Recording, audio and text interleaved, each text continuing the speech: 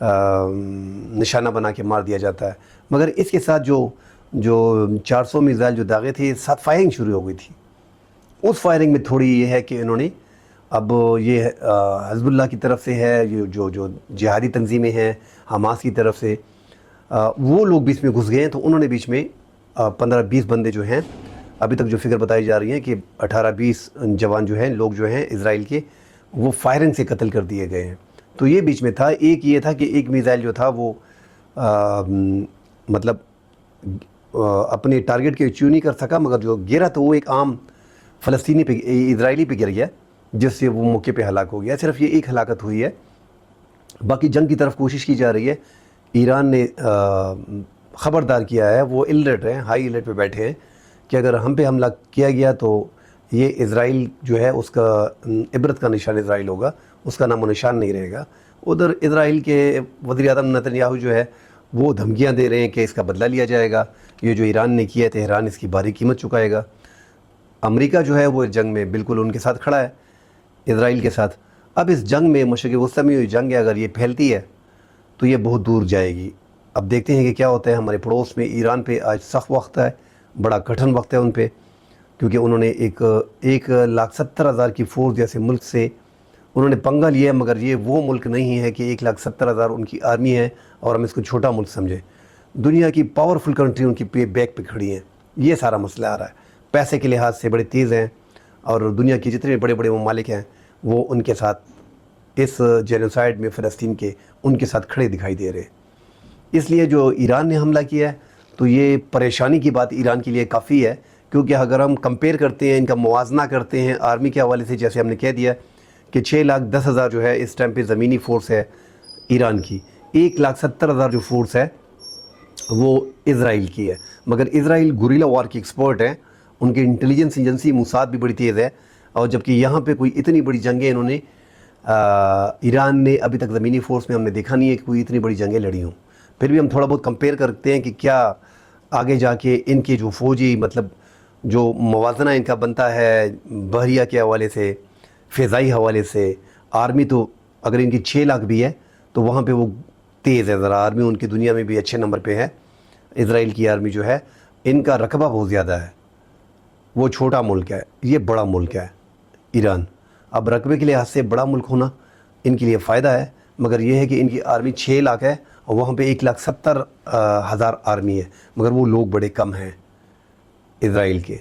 تو باقی ڈیٹیل دیکھتے ہیں کہ اسرائیل کے یہ فائٹر طیارے اور اٹیک ہیلی کاپٹر جتنے بھی ہیں، یہ اسرائیل کے 241 فائر جیٹس ہیں اور ایران کے جو ہیں 186 فائر جیٹس ہیں. تو یہ اس کو اگر ہم کمپیئر کرتے ہیں تو دنیا کی فاسٹ ٹیکنالوجی اس ٹائم پہ اسرائیل کے ساتھ ہے، اور یہ فضائیہ میں تو یہ ان سے کافی آگے ہیں. 241 فائر جیٹ، 241 یہ فائر جیٹ اسرائیل کے ہیں، جبکہ ایران کے 186 فائر جیٹس ہیں. تو فضائیہ میں تو کافی آگے لگ رہی ہے جو اسرائیل ہے. اور آج کل کا دور جو آپ کو پتہ ہی ہے کہ فضائیہ حملے ہوتے ہیں، اس میں زیادہ تر یہی کام آتا ہے. 48 جو ہے وہ اٹیک ہیلی کاپٹرز ہیں جو باری اسلحے سے لیس ہوتے ہیں اسرائیل کے، اور ایران کے پاس 13 اٹیک ہیلی کاپٹرز ہیں. تو یہ فضائیہ میں تو ہم نے دیکھ لیا کہ وہ ان کی جو ہے اسرائیل جو ہے وہ ان کے اوپر ہے اور ایران بڑا پیچھے ہے، پچھاڑ رہا ہے. یہاں پہ آرمی کے حوالے سے جو زمینی فورس ہم نے دیکھی کمپیئر کیا تو 6 گنا فرق ہے. مگر بجٹ بھی آپ دیکھ لیں کہ $24 ارب اور $10 ارب، یہاں پہ بھی کافی فرق ہے. تو اسرائیل اس ٹائم پہ جو ہم بول رہے ہیں کہ دنیا کی اس ٹائم پہ تیز لوگ ہیں، اسی وجہ سے ان کو بتایا جا رہا ہے کہ اسرائیل جو ہے وہ کافی ملک ان کی بیک پہ کھڑے ہیں. اور اب یہ بحری جہاز، اب نیول فورس ان کی دیکھ لیتے ہیں، 67 بحری جہاز ان کے ہیں، مگر وہ جو دنیا کے سب سے مطلب لیٹسٹ ماڈل کے ہیں اور ٹیکنالوجی جو لیٹسٹ ٹیکنالوجی ہیں اس سے لیس ہیں. اب ایران کی یہاں پہ تھوڑی برتری سمندری جو نیول بیس ہے، نیوی ہے ان کی، 101 بحری جہاز ہیں، مگر وہ 101 بحری جہاز جو ہیں وہ ان کے 67 کے مقابلے میں بڑے ہلکے ہیں، کیونکہ ان کے پاس جو ٹیکنالوجی ہے وہ دنیا کی فاسٹ ٹیکنالوجی ہے اور اس سے وہ اپنے ہدف کو آسانی سے اچیو کر لیتے ہیں. ایران کے پاس بحریہ میں زیادہ ہیں بحری جہاز، مگر اس ٹائپ کی جو ٹیکنالوجی اس ٹائم پہ اسرائیل کے ساتھ ہے وہ ایران کے پاس نہیں ہے.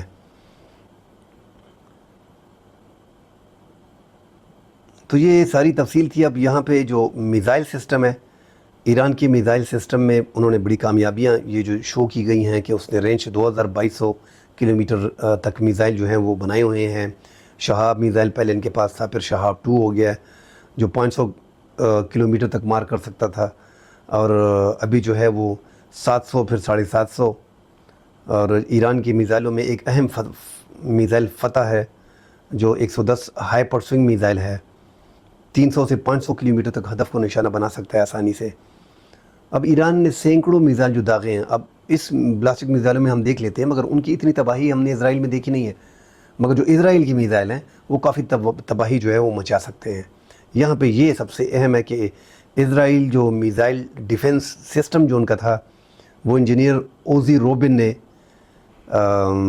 کی طرف سے دنیا میں کوئی ایسا دفاعی نظام نہیں ہے جو short range missile defence system ان کا ہے.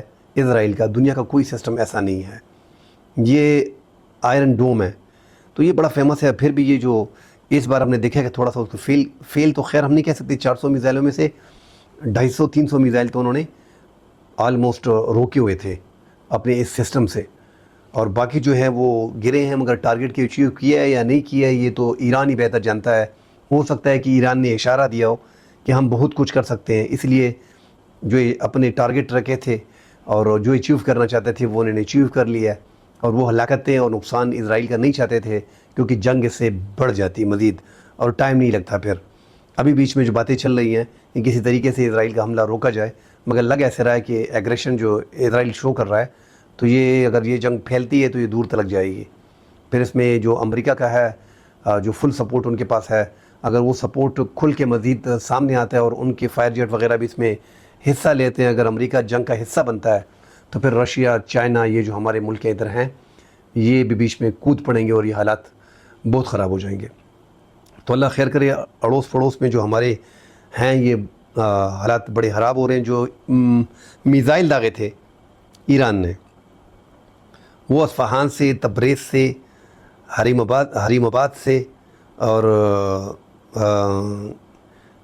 کرم سے، یہ ان کے علاقے ہیں. یہ ان علاقوں سے کیونکہ یہ نزدیک پڑتے ہیں ان کو. اور جو ان کے جو میزائل انہوں نے داغے ایران کی افواج نے، تو پھر اس کے بعد جتنے بھی اسرائیلی اہم شخصیات تھی انہوں نے بینکر بنائے، بڑے بڑے بینکر، ان کے بچے جتنے بھی ہیں ہر علاقے میں. جس طرح ہمارے ضلع ہوتے ہیں، فرض کریں فیصل آباد ہے، لاہور ہے، ملتان ہے، ساہیوال ہے، گجرات ہے، گجراوالا ہے، اسی طرح جو ان کے ضلع ہیں ہر ضلعوں میں اسرائیل نے باقاعدہ بینکر بنا. ان کی پہلی پریارٹی بینکرز ہوتی ہے کہ وہ بینکر بناتے ہیں زمین کے اندر اور کافی محفوظ ہوتے ہیں. تو وہ بینکر جو انہوں نے بنائے ہیں اس میں جب سائرن بجتے ہیں آئرن ڈوم کے میزائل سسٹم یا اپنا ریڈار سسٹم کے، تو لوگ جلدی سے گھروں کو چھوڑ کے اس میں منتقل ہو جاتے ہیں. تو جو ہائی آفیشل جتنے بھی تھے وہ منتقل ہو گئے اس سائرن کی آوازوں سے، کیونکہ ٹائم تو لگتا ہے نا میزائل پہنچنے میں. مگر اس بار لوگوں نے دیکھا ہے تھوڑا ڈر ہے اسرائیل میں، ہم نے دیکھا ہے. ہو سکتا ہے جو ایران نے اس بار حکمت عملی اپنائی ہو یہ ڈر کی وجہ سے ہو کہ تھوڑا ڈر ان میں آئے اور ان کو دکھائے کہ کتنے ٹائم میں، وہ ٹائم بھی بتا دیا. اس بار جو میزائل پھینکے گئے تھے، جو داغے گئے تھے، وہ ذرا ٹائم سے پہنچے ہیں. اب نقصان ان کا جانی نہیں ہوا ہے. ہم تو بار بار یہی کہہ رہے ہیں کہ یہ ایک ڈرانا تھا، ان کو دکھانا تھا اسرائیل کو. اب اسرائیل اس سے ڈرتا ہے نہیں ڈرتا ہے، لگ تو ایسے رہا ہے کہ پریشر ان پہ ہے. اور اگر وہ بھرپور حملہ کرتے ہیں ان 72 گھنٹوں میں یا اس ہفتے میں 10 دن میں، تو پھر بڑی مشکل ہو جائے گی. دنیا ایک اور جنگ کی متحمل نہیں ہو سکتی اور یہ جنگ پھر تیسری عالمی جنگ میں بھی شکل اختیار کر سکتی ہے. اگر اس میں اسرائیل کے دوست ممالک کودتے ہیں تو پھر ایران کے جو دوست ممالک ہیں جو فرنٹ پہ نہیں آ رہے وہ بھی پھر فرنٹ فٹ پہ آئیں گے اور یہ جنگ پھیلتی رہے گی. تو دیکھتے ہیں. ایران کے لیے کٹن وقت ہے، ان کے جو بندے شہید کیے گئے تھے. مگر ایران، ہم نے جیسے پہلے کہا تھا، اس کی یہ مجبوری تھی، ضروری بھی تھی اور مجبوری بھی تھی. اب مجبوری اور ضروری اسی لیے تھی کہ 3 بڑے لیڈر جو تھے، قاسم سلیمانی، اسماعیل ہانیہ جو حماس کے سربراہ ہیں، اور حسن نصر اللہ جو حزب اللہ کے ہیں، تو یہ سارے جو جہادی تنظیمیں ہیں ان سب کو ایران ہی سپورٹ کر رہا ہے. اب اسماعیل ہانیہ جو ہے وہ سنی تھے اور وہاں پہ حزب اللہ کے جو ہیں حسن نصر اللہ وہ جو تھے شیعہ تھے. مگر پھر بھی دونوں مل کے فلسطین کے لیے لڑ رہے تھے اور فلسطین میں جہاد برابر انہوں نے شروع کیا ہوا تھا. یہ بہت بڑے نام تھے جن کو مکمل ایران کی سپورٹ حاصل تھی. اب اسرائیل نے لبنان میں جو کھیل شروع کیا ہوا ہے، لبنان کو گھیرا ہوا ہے، اس میں بمباری چل رہی ہے، وہاں پہ ان کے مجاہدین ہیں وہ بھی لڑ رہے ہیں، مگر لبنان کو یہ بہت خراب کر دیں گے اسرائیل، کیونکہ ان کے لیے بڑا صاف آسان ٹارگیٹ ہے۔ اور لبنان میں ان کے پاس یہ جو اپنا ایران ہے، یہ تو تھوڑا بہت ان کی آرمی بھی 6,10,000 ہے، اور ان کے جو جیٹ جہاز ہیں، طیارے ہیں، وہ بھی ان کے پاس ہیں، جیٹ جہاز جنگی جتنے بھی ہیں، اور بحری بھی ان کی فوج ہے، اور نیوی بھی ہے۔ مگر یہاں پہ لبنان کا وہ حال نہیں ہے۔ لبنان میں یہ آسانی سے اسرائیل تباہی مچا سکتے ہیں، اور وہاں پہ بڑے لوگ، ابھی تک ہزاروں لوگوں کو مار دیا گیا ہے۔ تو اسرائیل اس ٹائم پہ غنڈہ ہے، جس کو کنٹرول کرنا مشکل ہے، دنیا کے بس کی بات نہیں ہے، کیونکہ ہمارے جو 57 اسلامی ملک ہیں وہ بڑے آرام سے بیٹھے ہیں، ہر ملک کو اپنی پڑی ہوئی ہے، فلسطین کی کسی کو نہیں پڑی۔ ہاں، بائیکاٹ تھوڑا بہت کر لیتے ہیں، فلسطین کے لیے دعا کر لیتے ہیں۔ تو ابھی ٹائم جو فلسطین میں چل رہا ہے، ان کے جو جینوسائڈ جس طرح انداز میں ان کا ہو رہا ہے، پورے خاندانوں کا غائب کیا جا رہا ہے۔ مگر دنیا کے 57 ممالک، اسپیشلی عرب ممالک، ہم اپنے ایشو میں، ہمارا مین ایشو مقبوضہ کشمیر تھا ہمارے پاکستان کے لیے، مگر ہم نے پھر بھی فلسطین کے لیے، کیونکہ ایک مسلمان برادر ملک ہے، اور قائد اعظم محمد علی جناح کے الفاظ ہیں کہ جب تک ان کو فلسطین کو آزاد ریاست تسلیم نہیں کیا جاتا اور بیت المقدس ان کو واپس نہیں دیا جاتا، تب تک ہم ان کے ساتھ ہیں۔ ان پہ جو بھی، اور اسرائیل کو تسلیم بھی نہیں کرتے ہیں جب تک یہ فلسطین کو ان کا حق نہیں دیتے ہیں۔ مگر پھر بھی ہمارا جو مین ایشو جو پاکستان کا تھا وہ مقبوضہ کشمیر تھا۔ اب مقبوضہ کشمیر میں بھی حالات وہ نہیں رہے، سرکاریں جو ہیں وہ تھوڑی پیچھے ہو گئی ہیں، اور ہم دعا دونوں کے لیے کر رہے ہیں پاکستان، مگر فلسطینیوں کو زیادہ ڈیپینڈ جو ہے وہ پاکستان سے بار بار مطالبہ کر رہے ہیں، کیونکہ پاکستان اس ٹائم پہ دنیا میں ایک ایٹمی ملک ہے، اور اسلامی ملکوں میں پہلا جو ایٹمی ملک ہے وہ پاکستانی ہے، اور پاکستان کی فوج دنیا کی بہترین فورسز میں سے ہے، اور جو ہمارے پاس سسٹم ہے وہ بھی دنیا کا اچھا سسٹم ہے۔ ہم نے بڑے پیسے جو ہے وہ اربوں ڈالر جو ہیں وہ اپنی ڈیفینس پہ لگائے ہیں، جو ہمارے پاس ہم سے 10 گنا بڑا ملک ہے، جو مکار دشمن ہے وہ ہمیں ابھی تک کنٹرول نہیں کر سکا۔